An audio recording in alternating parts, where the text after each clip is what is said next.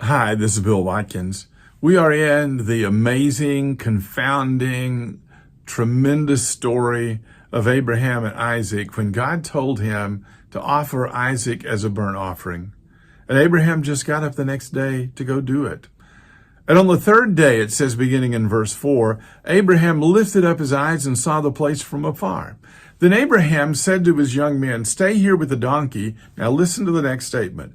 "I and the boy will go over there and worship and come again to you." He does believe that if he kills him, God will raise him from the dead. And Abraham took the wood of the burnt offering and laid it on Isaac his son. Isaac is going to carry the thing that will burn him up. And he took in his hand the fire and the knife, so they both of them went together. And Isaac said to his father, "My father," and he said, "Here I am, my son." And he said, "Behold the fire and the wood, but where's the lamb for the burnt offering?" And Abraham said, "God will provide for himself the lamb for a burnt offering, my son." And they both of them went together. Isaac knows something's wrong. He can't figure out what it is, but he says, God will provide for himself the lamb. Now, as far as he knows, that's all that's going to happen, that God's going to allow him to kill his son.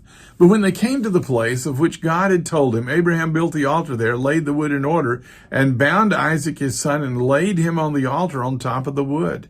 Isaac allowed him to do it somehow.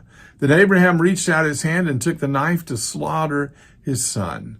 But the angel of the Lord called to him from heaven and said, "Abraham, Abraham." And he said, "Here I am." He said, "Do not lay your hand on the boy or do anything to him, for now I know that you fear God, seeing you've not withheld your son, your only son, from me."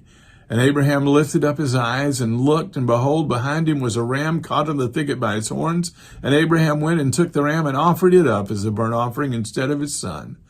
So Abraham called the name of that place Jehovah-Jireh, the Lord will provide, as it is said to this day, on the mount of the Lord it shall be provided.